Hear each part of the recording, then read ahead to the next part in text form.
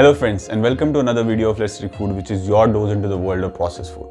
Now it's been long since I made a video about alternative proteins or vegan food for that matter.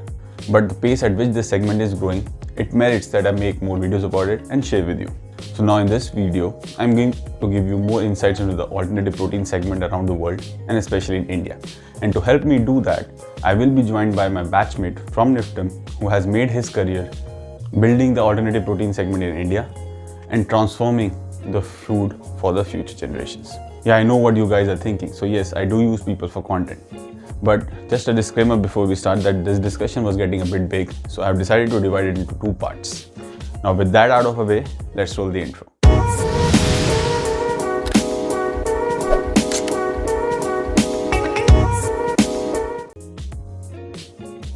So here I am, guys, joined by Shadul Dabir, who just like me is a food technologist by training, but he has also studied liberal arts and innovation management in the food sector. So thanks a lot for joining me today, Shadul. Hey, thank you so much for having me, Gautam. And let me say firsthand, it has been a pleasure just watching a lot of your episodes on Let's Trick Food. I've been an evident follower because I've been liking stuff, but more so because food science communication is such a big white space. I've always thought since college, when we were at NIFTM, that why don't people do a better job of communicating the science and technology behind things? It's usually driven by media, reports, a lot of myths. So I'm really glad you taking up this initiative and very happy to be a part of it now in this episode. Thanks. So now to start, Shadul, I think maybe you should tell the viewers a little about what you are currently working on and what is your role building this. As I said to my viewers that you are involved in building the alternative protein segment in India. So what is your role there and what is your role in GFI? Yeah, absolutely. So I, by the way, saw your alternative protein segment video last time around about alternative protein products, plant-based dairy. There were some misconceptions as well there, which I'd like to clear. And I'll tell you a little bit about what I've been doing to build this sector in India. So currently, you might remember like a few years ago, I went to the US, right, to do an internship when I was at NIFTM. At that time, I was working on very modern areas of food processing, which we don't do in India: high pressure processing, cold atmospheric plasma processing, high moisture extrusion. And during that time, I got introduced to this growing and very rapidly growing, in fact, a segment of food sector, which is called the alternative protein sector or the smart protein sector, as we call it in India. So back in 2016, this was still growing, very few dozens of companies. But at that time, I remember writing for internships to a lot of these people. And since then, I've been tracking this sector for the past 4 or 5 years and been working at the Good Food Institute, which is a non-profit which uses food innovation and markets to basically transform the global food systems. We obviously have partner organizations in the US, Brazil, Israel, Europe, and Asia. So GFI India has been focused on the contextual growth of India as a geography. And our work is driven by one key North Star goal, which is feeding 10 billion people by 2050. By the way, 1/6 of whom are going to be Indians. So it's a very important, pertinent question in Indian context. How do we feed these so many mouths, right? And how do we feed them in ways that are sustainable, efficient, and also safe at the same time? We do this basically by building the smart protein sector or the alternative protein sector from the grounds up. GFI India does that through science, through business, and through policy. And obviously their protein needs are increasing. Like 80% of Indians are protein deficient. And that number is also very stark in South African countries, Southeast Asian countries, and it's only going to grow. Meat consumption is also rapidly growing. So at the same time, people are going to demand for meat products, dairy products, egg products from animal sources because they believe these are the best sources of protein currently. That's what they've been led to believe. And at the same time, we need to think how to sustainably produce these proteins. And we all know proteins are like the building blocks of human bodies, right? So it's very important to focus on it. And by 2050, we'll need to meet the dietary demands of these 10 billion people who are going to be wealthier than today. They're going to have more disposable income. They're going to have very different westernized spending habits. A lot of, arguments that we usually use for the food processing sector, they are going to be all true for this sector as well, because it's a very manufacturing intensive, food processing, food technology intensive sector. And obviously there are choices of eating meat, eggs, and dairy are shifting just like the high income countries in the West. So the GFI India team and our colleagues globally have advised a lot of good food businesses, smart protein businesses across geographies and across different business contexts, large corporations, startups, investors. And we are at the vanguard of exciting transformation, which will tremendously have positive implications for people, planet, and for profit, obviously, because it's a very profit-making sector as well. At GFI India, I personally work as an innovation specialist, and from grounds up, I've been involved right from the very beginning in building this entire sector in India. I work with entrepreneurs, whether it's an early stage entrepreneur, whether it's a 21-year-old kid thinking of building a business, or it's a business veteran with maybe a serial entrepreneur with many exits who wants to shift to this sector. So it's a spectrum of entrepreneurs, it's a spectrum of investors, angel investors, high net worth individual, VC funds, agri-tech funds, stuff like that across the value chain. I also work with talent a lot, in terms of researchers, early stage professionals, food industry professionals, people like you, communicators, people are thinking about food policy, all of that. But let me say, SciTech is the biggest bottleneck right now anywhere in this entire value chain. We also work a lot with ecosystem vendors, So we have a smart protein ecosystem database where we work with ingredient suppliers, flavor companies, equipment manufacturers, because in India this information is very it's segregated across the place, and an entrepreneur has to build an entire stack of a venture. He has to really build a partnership with co-manufacturers, all of these players, to really build a startup in this area. We also work on advising and helping with strategy, a lot of business decisions, consumer research for startups and big FMCG companies in the country as well. We help them get funding, we help them raise money, we rally and educate investors in the area. Like I said, we analyze the key white spaces from a SciTech perspective, where the research should be done, what are the technologies we should be focused on, engineering, science, technology, all of it. And we also simulate technology transfer, working with incubation centers, acceleration centers, universities like NIFTM, ICT, CFTRI. How can we basically build on the talent and the expertise that exists in these institutes and bring it to the market? And at the same time, I personally have worked over the past 2-3 years on building this GF Ideas India, GF Ideas, which is Good Food Ideas community. So GF Ideas India is basically the largest community of smart protein or alternative protein stakeholders in the country. Oh, that's a good introduction, I would say, and sounds like your place as well as your profile. It's very diverse and definitely an excellent place to work. So I would hope there's an opening for me. पैसा ही पैसा होगा. मस्त. So as you have said, and I have said to my viewers, that I've already made a video about the alternative proteins, but just to refresh it off and have a more technical understanding of it, maybe Shadul, you can explain what this segment is and what products fall into this category we are talking about. Sure. So it's a little bit tricky to really say what exactly the term alternative protein means, right? At GFI, what we consider alternative proteins is alternatives to animal agriculture. So basically, alternatives to factory farming products. So these are basically meat, eggs, and dairy. And obviously, our focus is on plant-based meat, eggs, and dairy, fermentation-derived meat, eggs, and dairy, and cultivated or cell-based meat, eggs, and dairy. So these are the three key verticals which creates this sector for us, right? Some people also consider insect proteins as part of this, but honestly speaking, insect proteins are a better option, not the best option, because ultimately you're still using animals as an intermediary to produce those proteins. The idea is simple. Ultimately, what is meat? If you have to answer that question, it's just a bunch of carbohydrates, amino acids, proteins, fats, bunch of other ingredients put together by nature through the process of evolution, right? And we've been eating it for billions of years because it's the only way we know. Slaughter animals and then get that protein, or so basically animal products is a huge source of protein for us, right? We don't eat animal products just because they are very unique. We eat it for nutrition, protein, taste, sensory properties, all of that. And people do not eat meat because of the way it's currently produced, right? They eat it despite of the way it's currently produced. People only care about price, taste, and convenience. Most customers, hands down, research has shown time and again, people only care about price, taste, and convenience. It's a universal golden mantra of building the sector. And you have to make stuff that people actually really want to eat. It's not like they're going to compromise on any of this because they've been used to eating it for millions of years. And that's basically a theory of change at GFI India, just borrowing from Y Combinator, make stuff that people want. So at GFI India and our partner organizations, what we're focusing on is not to tell people do not eat meat, eggs, and dairy, because nobody's going to listen. just have to change the way things are produced, and then people just take the current option which is available in the market, as long as it's going to compete on price and taste. So the goal here is to not make vegan products for vegans. This is another biggest misconception, that this sector is for vegans or these are vegan products. No, not at all. Some of it was covered in your video as well.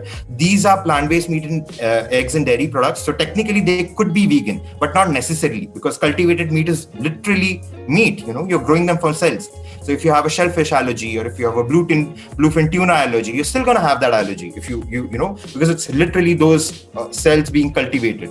So again, that's a little in the distant future. But for plant-based, technically they could be vegan, but they're definitely not meant for vegan consumers. They're meant for flexitarians. In fact, if you look into the sales data of Impossible and Beyond, you'll see that 90% of their customers are non-vegetarians or flexitarians. So people who are trying to cut down on meat for XYZ reasons. So just to tell you a little bit more about plant-based, all of these three verticals, we focus on plant-based meats which are made from plant ingredients, and they're usually less in cholesterol, antibiotic free, but also taste and feel like meat. That's the end goal. So extrusion, shear cell technology, the texturization technology of proteins, 3D printing are some of the areas which are currently being used to create plant-based meats. Then the second vertical is fermentation derived meat, eggs and dairy. By the way, meat, wherever I'm saying meat, it also includes seafood. And fermentation derived proteins include, say, cultivation of microbial species, which could express those specific proteins that we need, which are bioavailable, which are, or also obtain whole cell biomass or valuable fraction thereof in the of the meaty mass, which can be further texturized and put into whatever forms we need it to be, burger, patty, etc., etc. This include like species selections of which microbes would be using for fermentation, stuff like that. A lot of infrastructure, including fermentation tanks, all of that would come in. Some of this is already handy because fermentation is still way more explored than the third vertical, which I'm going to talk about, which is cultivated meat, eggs and dairy. These are the products whereby we take a small sample of animal cells, so animals are not going to die, and we replicate them outside of the animal. Just like in our body, we get a cell, it's become a tissue becomes an organ. Just like that, what we are going to do is cultivate cells in bioreactors. We are going to have some media, just like our body gives media and growth factors to these cells to grow outside of our body in those tanks. And ultimately what we are going to do is get a steady, like a fermentation batch of meat coming out of it. And at scale, this is going to become price competitive as well. So scaffold, growth factors, media cost, bioreactors, choosing cell lines like mutton cell lines, all of that is very interesting stuff. In fact, GFI India did a big project, and anywhere in the world, this was the largest grant ever made to CCMB in Hyderabad, Center for Cellular and Molecular Biology, which are currently working on metal cell lines to make cultivated meat ultimately. So this was a $600,000 grant, which was the biggest at any time in the world, done through a lot of support from us a year and a half ago, and it's still an ongoing project. We do a lot of such projects, and more information is on our website. All right, so I think that was a very good explanation as to what is alternative protein. So how big, when we talk about this segment, then how big is this segment actually in the world, and specifically in India? Because we are vegetarian, though I know we are turning kind of non-vegetarian at a faster rate as compared to the rest of the world. Kind of opposite trend, if we say. And but what kind of companies are there? Are there mostly startups, or we have big companies entering into this space in India? Correct. Yeah, no, absolutely. Great question. Basically, worldwide, plant-based foods have clocked in $5 billion in sales in 2019. By the way, this is not even 2020 data. We are into 2021. A lot of this is going to come out in our state of industry reports, and it's only rapidly increasing. But basically, plant-based dairies, I don't know, anywhere 13 to 15% of the share in the US market is plant-based dairy compared to, regular conventional dairy. Compared to meat, we are a very small fraction right now. It's, not even 1%, like you rightly said. There's the global meat industry is trillions of dollars, and we are not even at 1%. So just imagine the huge scope. But most of the reports from reputed sources, and they're saying that this sector is going to be anywhere between 100 billion to 370 billion by 2035. We are only talking about global plant-based meat market right now.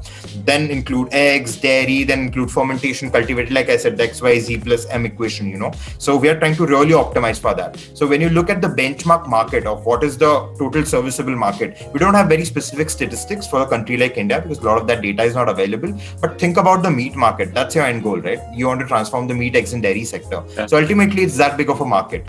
And globally, just some statistics: less than 1,000 places, food service locations sold these products in 2017. Now it has grown to more than 25-30,000 locations. And obviously, there are similar trends in the retail distribution chain as well. Many product launches, like only 5 product launches were there in 2017, but more than 30 launches happened in 2020. A couple of companies, including Beyond Meat is one of the prominent examples of how it has gone. It has done its IPO on the New York Stock Exchange. It was one of the most successful IPOs in the past 20 years, indicating how the market is going. So the growth is not limited to the US. You mentioned in your previous video that most of these companies are just in Silicon Valley, which is true. This was when I started back in 2017, 2018, when I started tracking the sector. Very few companies in Silicon Valley, in New York, were existing. But now globally, more than 600 companies exist in the space. And by that, I include also startups in it across the 3 verticals. 400 plus, 450 plus are in the plant-based meat, eggs, and dairy space out of it. So it's a huge exponential growth that we are seeing. Similarly, in India, only 2 brands existed when I started working, Good Dot and Good Milk. Now there are dozens of startups which are impending product launches in the market. And currently, at least 12 to 14 startups have products in the market. But just to tell you a little bit more about globally, so Beyond Meat, Nestle launched a Garden Gourmet Incredible Burger in Switzerland in 2019. Beyond Meat started meat production in Netherlands. Impossible Foods filed a patent and application in EU to begin selling their products in Europe. At the same time, Unilever, talk about any big chain, KFC, McDonald's, Burger King, all of them are now involved in some capacity or other with Impossible, Beyond, smaller players to kind of tailor make these products. In fact, there were huge queues outside of the pilot launch at KFC, which is known for, meat products. So it was for plant-based meat, chicken nuggets and stuff like that. So it's a great example and validation of why the sector is growing. Again, like 9 out of the 10 largest US companies, including largest meat producers in the world like Tyson, PepsiCo, Nestle, they've all become involved by launching, buying, or collaborating in some sort of the way in this sector. In 2019 alone, net new capital in plant-based companies reached approximately $747 million, which is like a 11% increase from 2018. And in 2020, these numbers have grown even more. So obviously, like I said, it's going to be at least like 250, 300, $400 billion sector by 2030, 2035. Again, just to give you an example of product launches. So you know about Ritesh and Genelia Deshmukh's company, Imagine Meats, right? It's up and coming. It's soon pending launch. We help them to, we've been continuously helping them to set up their company. They've worked with ADM, which is Archer Daniel Midland, one of the largest ingredients company in the world. And through them, they were able to get connections across the world through us and set partnerships with major food and manufacturing companies like ADM through them as well. So through this partnership, what Imagine Meat is really trying to do is access food science, flavors, and product development expertise across Singapore, Berlin, United States to create India-specific dishes like kebabs, biryanis, curries, because hamburgers and patties are probably going to be a very small segment. That's not what we eat in India. So you have to really think about the context and the product market fit and really create local products which taste exactly the way we've been used to eating butter chicken or shami kebabs or galati kebabs, right? So that's what these startups are trying to do. There are many great examples, by the way. If you ever come back to India, if your friends in India, ask them to try the Blue Tribe Foods chicken nugget, which really tastes like chicken now. These are the second generation of companies coming up in India. Again, backed by solid billionaire founders, really good sci-tech talent on board. So the initial generation of startups we found in India were more focused on meat analogs and mock meats, which don't taste like meat really, right? They taste like soy. But that's what we've been educating them towards, creating more sensory replicable products, which literally taste like meat, smell like meat, they're juicy like meat, all of that. Obviously, there are many more good companies like B-Veg, Good Dot, Good Milk, Evo Foods, which is making plant-based egg, Soft Spot, which is making plant-based cheeses coming out in the market now, which are really solid. And then there are some VCs which are backing the sector as well. So one of the key partnerships is Big Idea Ventures, which globally runs a $50 million new protein fund. We are getting them to India with Ashika Group. They are setting up an acceleration for the sector. There's ProVeg International from Germany. There are other VC funds, like leading food and agri-tech funds like Omnivore, Ankur Capital in India. We've been working them, educating them, and they're also forming and supporting a lot of startups. And you also know like bigger QSR chains like Jubilant Group, Domino's launching the unthinkable pizza in India, in Delhi, which was supposed to replicate plant-based chicken. So we need similar people, similar Bollywood celebrities, billionaires, all of these people in government. Making the right decisions for this sector is going to really accelerate the growth of this sector, also from a consumer demand perspective. And like people like Virat Kohli, Kohli. He's revered all over India. He follows a very strict plant-based diet and plant-based lifestyle. So, people like him, if they come into the sector, if they're motivated enough to start a company in this sector, back businesses in this sector, like many cricketers do, I think that's going to really change the game. And obviously, people like Gautam Kohli, on the note of Virat Kohli, we also need people like you educating more people about this sector.